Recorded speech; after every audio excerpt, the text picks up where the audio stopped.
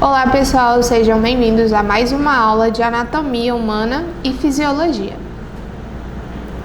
Hoje nós iremos ver sobre o sistema nervoso. Você é capaz de parar de respirar ou fazer seu coração parar de bater? Por certo que não. Não temos controle sobre determinadas ações do nosso corpo. Em geral, o sistema nervoso controla a maioria das funções do corpo, mediante o controle das contrações dos músculos esqueléticos, músculos lisos dos órgãos internos e velocidade de secreção de glândulas exócrinas, secreção externa, como suor, e endócrinas, glândulas que secretam substâncias para dentro do organismo. O tecido nervoso é constituído por células nucleadas especiais, denominadas neurônios, com longos prolongamentos capazes de captar estímulos exteriores como calor, frio e dor. Os dendritos são prolongados numerosos cuja função é receber os estímulos do meio ambiente, de células epiteliais, sensoriais ou de outros neurônios. O corpo celular, ou pericárdio, é o centro do tráfego de impulsos nervosos das células. O axônio é um prolongamento único, especializado na condução de impulso que transmite a informação do neurônio para outras células nervosas, musculares e glandulares. A transmissão do impulso nervoso de um neurônio a outro depende de estruturas altamente especializadas, as sinapses. Os axônios estão envoltos em uma camada gelatinosa que funciona como isolante e dominante e denomina-se bainha de mielina. Então aqui nós temos um neurônio e seus principais componentes. Nós temos o corpo celular, os dendritos, o axônio, a bainha de mielina, as células de Schumann e de neurina e as terminais. O sistema nervoso. Anatomicamente, o sistema nervoso divide-se em sistema nervoso central e sistema nervoso periférico. Aqui na imagem, nós temos a demonstração do que é o sistema nervoso central e o que é o sistema nervoso periférico. O sistema nervoso central é representado pelo encéfalo e medula espinhal, respectivamente localizados no interior da caixa craniana e coluna vertebral. O encéfalo é constituído pelo cérebro, diencéfalo, cerebelo e tronco encefálico, mesencéfalo e medula oblonga. E sua parte central é constituída por uma substância branca, a externa por uma substância cinza. O cérebro divide-se em duas partes simétricas, hemisfério direito e esquerdo, cuja troca de impulsos é feita pelo corpo caloso. Sua superfície evidencia pregas, giros e retrâncias, sulcos e fissuras do córtex cerebral. Os sulcos e fissuras dividem-se os hemisféricos em lobos, responsáveis por funções específicas, como sensitivas, auditivas, visuais, movimentação voluntária, memória, concentração, raciocínio, linguagem, comportamento, entre outras. O diencéfalo circunda o terceiro ventrículo, forma a parte central mais importante do encéfalo e contém o tálamo e o hipotálamo. Pelo tálamo passam todas as vias sensitivas que informam a percepção da sensibilidade dos órgãos dos sentidos, exceto o olfato. Também percebe sensações como calor extremo, pressão e dor intensa. O hipotálamo, situado abaixo do tálamo, aloja a hipófise e controla as funções vegetativas e endócrinas do corpo. Em uma das principais vias de saída de controle do sistema límbico, circuito neural, que controla o comportamento emocional e os impulsos motivacionais. O cerebelo controla os movimentos, a tonicidade muscular e participa da manutenção do equilíbrio do corpo. O tronco vertebral, o tronco cerebral, une todas as partes do encéfalo à medula espinhal, vulgarmente chamado de espinha. O tronco cerebral desempenha funções especiais de controle, dentre outras, da respiração. O sistema cardiovascular da função gastrointestinal, de alguns movimentos estereopardos do corpo, do equilíbrio dos movimentos dos olhos. A medula espinhal encontra-se no interior do canal, formado pelas vértebras da coluna vertebral. Dela irradiam-se 33 pares de nervos espinhais, à direita e à esquerda, que inervam o pescoço, tronco e membros, ligando o encéfalo ao resto do corpo e vice-versa. A substância cinzenta da medula espinhal tem o formato da letra H, cujas extremidades são raiz anterior, de onde saem as fibras motoras, e a raiz posterior, local de saída das fibras sensitivas. O sistema nervoso periférico. O sistema nervoso periférico é formado pelos nervos e glândulos nervosos. Sua função é ligar o sistema nervoso central aos órgãos do corpo e, com isso, realizar o transporte de informações. Veja a seguir como cada um desses componentes atua no corpo humano. Os nervos. Os nervos correspondem a feixes de fibras nervosas envolvidas por tecido conjuntivo. Eles são responsáveis por fazer a união do sistema nervoso central a outros órgãos periféricos e pela transmissão dos impulsos nervosos. Os nervos apresentam a seguinte divisão: nervos espinhais, composto por 31 pares, são os que fazem conexão com a medula espinhal. Estes nervos são responsáveis por inervar o tronco, os membros e algumas regiões específicas da cabeça. Nervos cranianos. São compostos por 12 pares, são os que fazem conexão com o encéfalo. São estes nervos que inervam as estruturas da cabeça e do pescoço. Os nervos apresentam os seguintes tipos: nervos aferentes, que são sensitivos, enviam sinais da periferia do corpo para o sistema nervoso central. Este tipo de nervo é capaz de captar estímulos, como o calor e a luz, por exemplo. Nervos eferentes, que são motores, enviam sinais do sistema nervoso central para os músculos ou glândulas. Nervos mistos, formados por fibras sensoriais e fibras motoras, por exemplo, os nervos raquidianos. Fisiologicamente, o sistema nervoso pode ser dividido em sistema nervoso voluntário, que comanda a musculatura estriada esquelética, e sistema nervoso autônomo ou involuntário, responsável pelo controle da musculatura lisa, do músculo cardíaco, da secreção de todas as glândulas digestivas e sudoríparas e de alguns órgãos endócrinos. Então, o olfativo ou olfatório é sensitivo, conduz ao cérebro os impulsos que nos fazem perceber o olfato. O óptico, que é o sensitivo, leva ao cérebro os estímulos que geram as sensações visuais. Motor ocular comum ou oculomotor, responsável pelo movimento dos olhos e constituição pupilar. O troclear, que é o motor, participa dos movimentos dos olhos. O trigêmeo misto atua sobre os músculos temporal e masseter, percebendo as sensações da face e atuando nas expressões. Abducente, responsável pelo desvio lateral dos olhos. O facial, um de seus ramos atua nos músculos mímicos da face, o outro inerva as glândulas salivares e lacrimais e conduz a sensação do paladar captar na língua.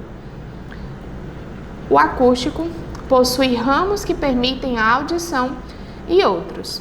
O equilíbrio. O glossofaríngeo, que é misto, sua porção motora leva o estímulo da faringe e a sensitiva permite que se perceba ao paladar. O vago, que é misto, abdominais, responsável pela inervação dos órgãos torácicos e controla as batidas do coração. O espinhal ou acessório, inerva os músculos do pescoço e do tronco. O hipoglossomotor, ajuda nos movimentos da língua. Então aqui nós temos exemplos do nosso sistema nervoso central e o sistema nervoso periférico.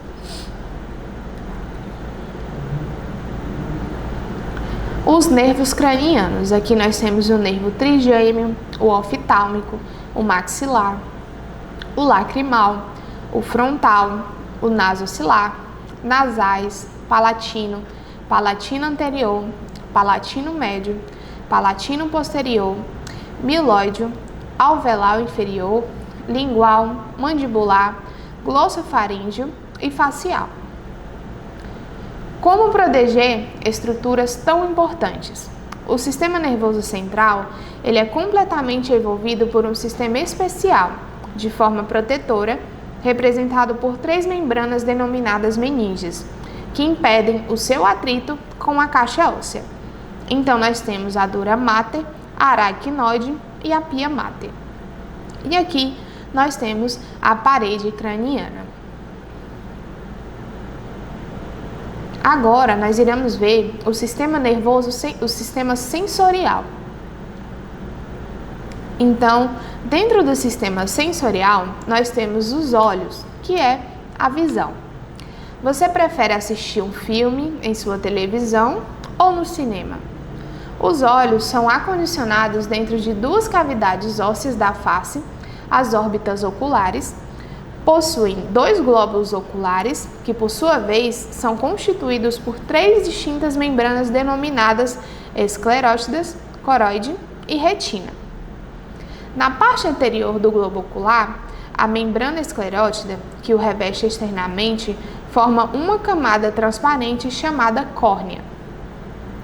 Na coroide, localizam-se os vasos sanguíneos.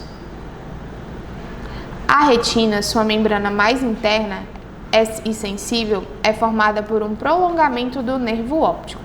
No interior do globo ocular, existe uma substância que ocupa sua maior parte, chamada humor vítreo, de consistência gelatinosa e transparente, situada atrás do cristalino, a qual atua como uma lente regulando a imagem com nitidez. O cristalino modifica-se pela ação dos músculos ciliares, comandados pelo sistema nervoso autônomo. Então, aqui nós temos um exemplo do globo ocular. Nós temos a esclerótida, a coroide, a retina, o humor vítreo, o nervo óptico, os vasos sanguíneos da retina, os músculos retos laterais, cristalino, íris e pupila. Nós temos a pálpebra e o ponto lacrimal, bordo da pálpebra superior, bordo da pálpebra inferior, ponto lacrimal inferior e ponto lacrimal superior. A língua e o paladar. Algumas pessoas são atraídas pelo sabor doce, outras pelo sabor salgado. Mas independente de sua preferência, é na língua que ocorre a distinção desses sabores, além do azedo e do amargo. A língua, que também participa da emissão do som, é formada por uma massa de tecido muscular estriado, recoberta por uma mucosa. Possui uma forma achatada e ligeiramente crônica.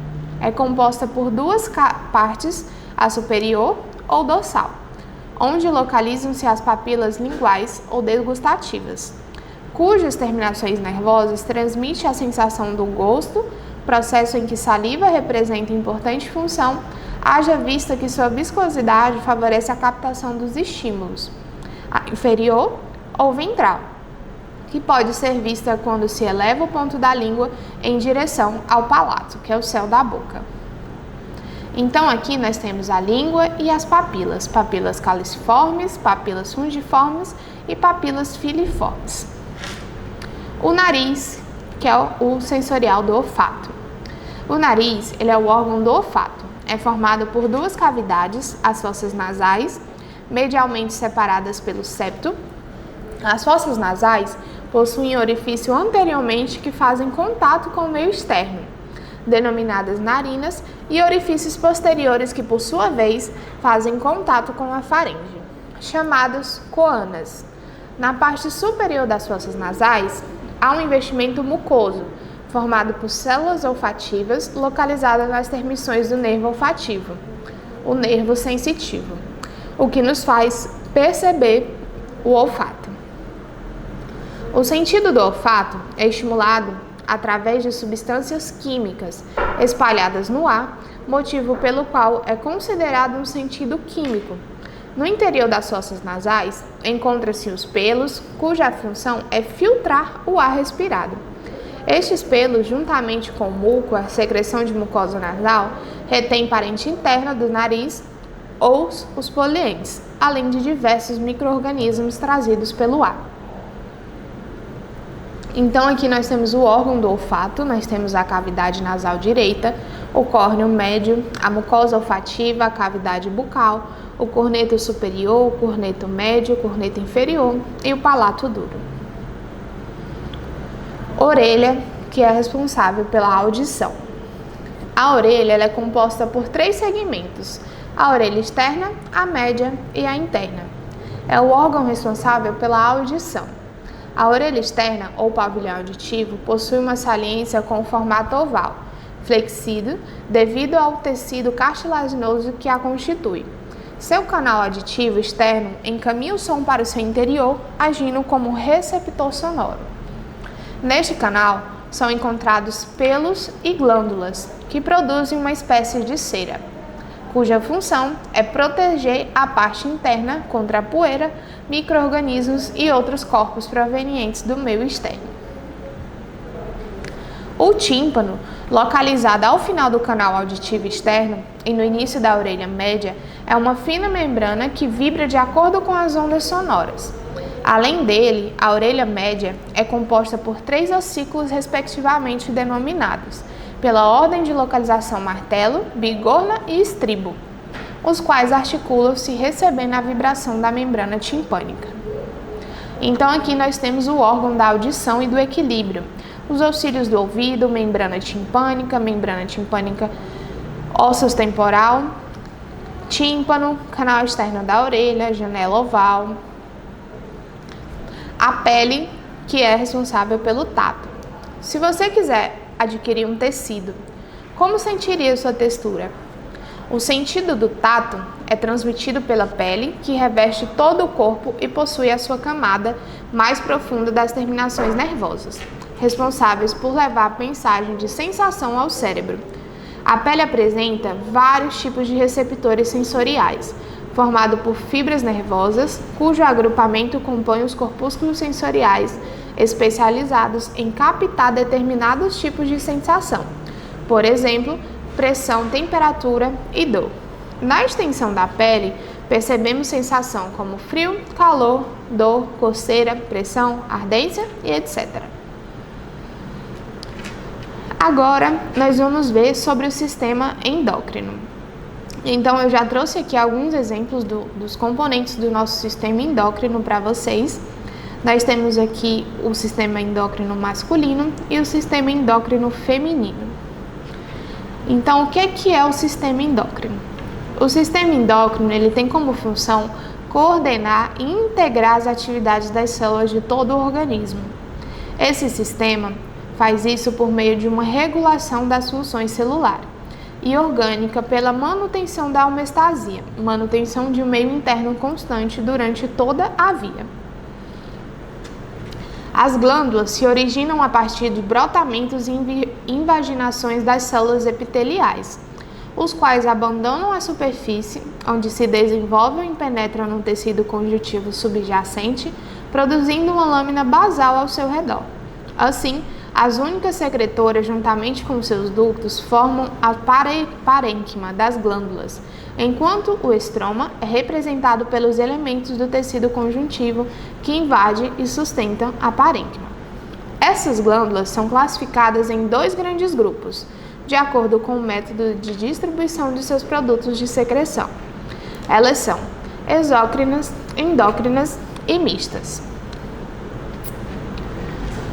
As glândulas exócrinas secretam seus produtos através de ductos para a superfície epitelial interna ou externa das quais foram originadas. Os ductos podem transportar o material secretado em sua forma inalterada ou podem modificar a secreção concentrando-a adicionando ou reabsorvendo substâncias constituintes. As glândulas endócrinas. As glândulas endócrinas não apresentam ductos, pois perdem sua conexão com o epitélio de origem e assim secretam seus produtos para os vasos sanguíneos ou linfáticos para distribuição. De acordo com a organização de suas células, podem ser diferenciados dois tipos de glândulas endócrinas, sendo conodal, as células formam cordões anastomosados estrimeados com capilares sanguíneos, como por exemplo paratireoide, suprarrenal e hipófise anterior. A vesicular, que são as células formam vesículas ou folículos preenchidos de material secretado. As glândulas mistas. Alguns órgãos têm função tanto endócrinas como exócrinas. As glândulas mistas em um só tipo de célula podem funcionar de ambas as maneiras.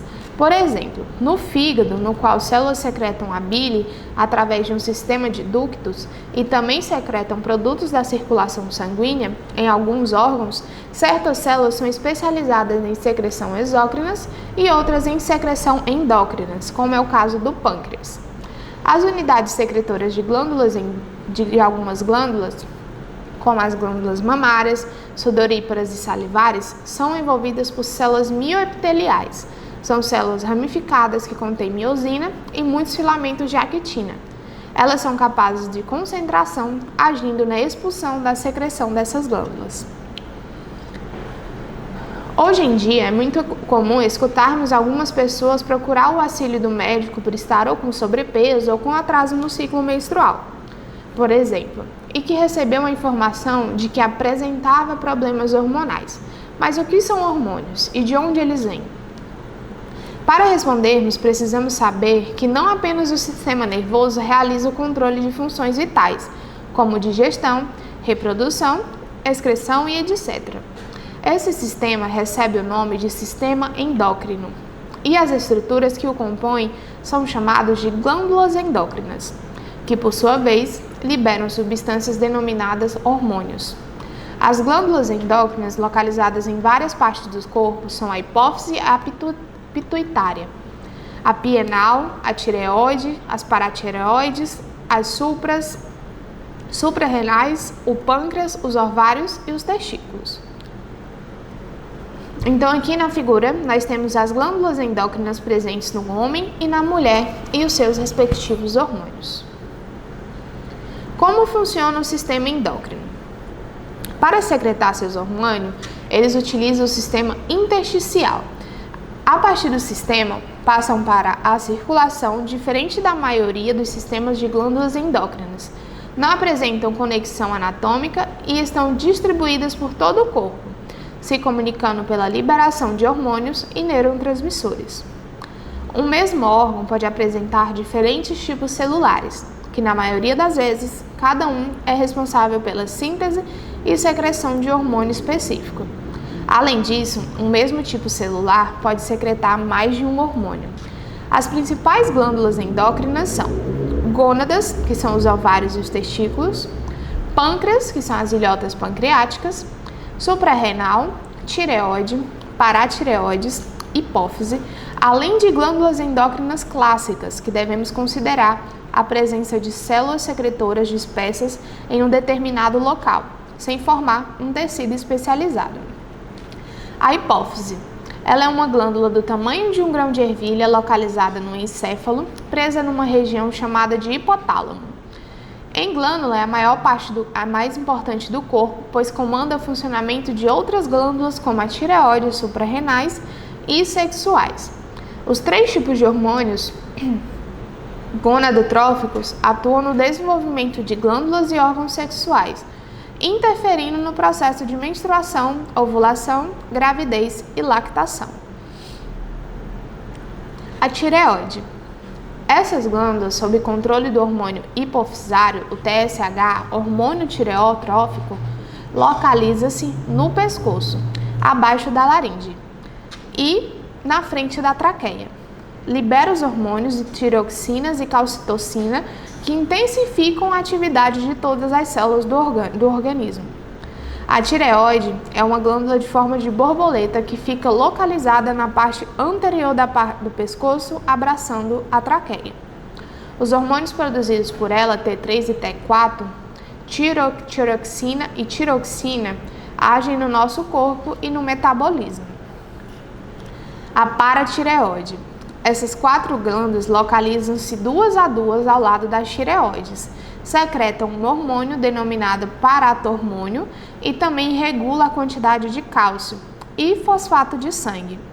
As paratireoides são 4 glândulas que ficam no pescoço atrás da tireoide, cuja função é controlar os níveis de cálcio no sangue por meio da produção de hormônio paratireoidiano ou paratormônio.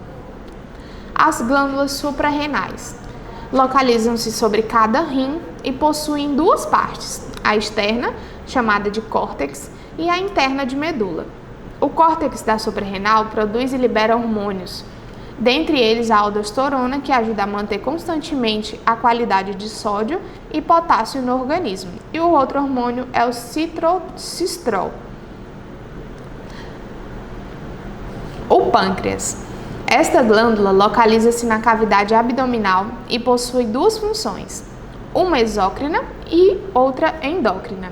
Na exócrina, produz o suco pancreático, que será liberado de forma corrente na corrente sanguínea, mais precisamente no duodeno, auxiliando o processo digestivo. Na função endócrina, ele produz 2 hormônios, a insulina, que transporta a glicose através da membrana celular, diminuindo-se da corrente sanguínea, e o glucagon, que contribui estimulando o fígado para o aumento da glicose no sangue. O pâncreas é um órgão relativamente pequeno que pesa cerca de 100 gramas e mede cerca de 15 centímetros em adultos. Ele tem como função, é responsável pela produção de alguns hormônios, como a insulina, glucagon, somatoxina, e são responsáveis pela manutenção dos níveis ideais de glicose no sangue. As gônadas. As gônadas são órgãos que produzem células sexuais, sendo os ovários os representantes do sexo feminino e os testículos no sexo masculino.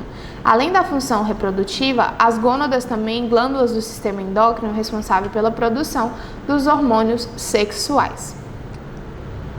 Os ovários.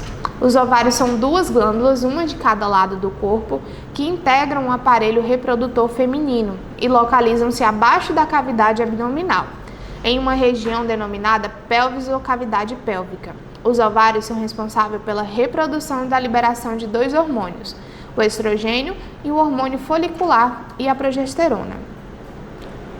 Os testículos. Em número de 2, localizam-se nas pelvis e fazem parte do aparelho reprodutor masculino, protegidos por uma bolsa denominada bolsa escrotal ou escroto. Produzem o hormônio denominado testosterona, que controla as características sexuais masculinas, como o aparecimento de barba, pelos no tórax, desenvolvimento da musculatura, impulso sexual, além da reprodução do hormônio, e são também responsáveis pela produção de células sexuais. Além disso, nos ovários, o estrogênio controla o desenvolvimento das características sexuais femininas. A progesterona é responsável pela implantação do óvulo fecundado na parede uterina e pelo desenvolvimento inicial do embrião.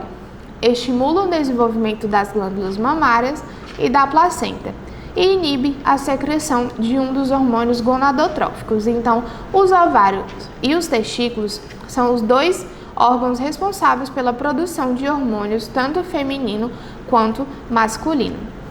Pessoal, então essa foi a nossa aula de anatomia humana e fisiologia. Espero que tenham gostado e até uma próxima.